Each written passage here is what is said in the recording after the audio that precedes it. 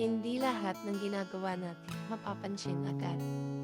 Pero hindi ibig sabihin nun na wala nang nangyayari.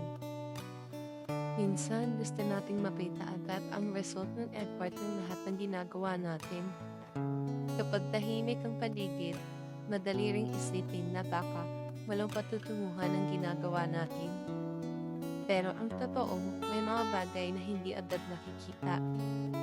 May mga pangarap na tahimik lang na lumalago. Parang tanim na araw-araw dinidiligan.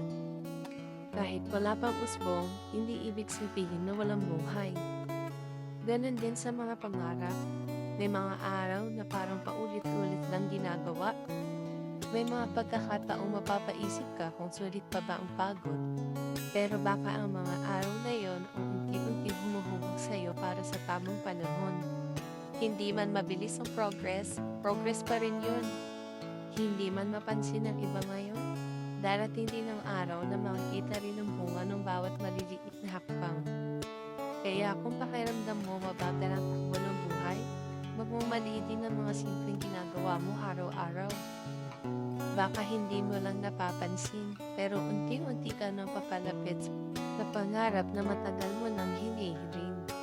Hindi rin naman pare-pareho ang timeline ng bawat isa. Pero hindi ibig sabihin nun na nahuhuli ka.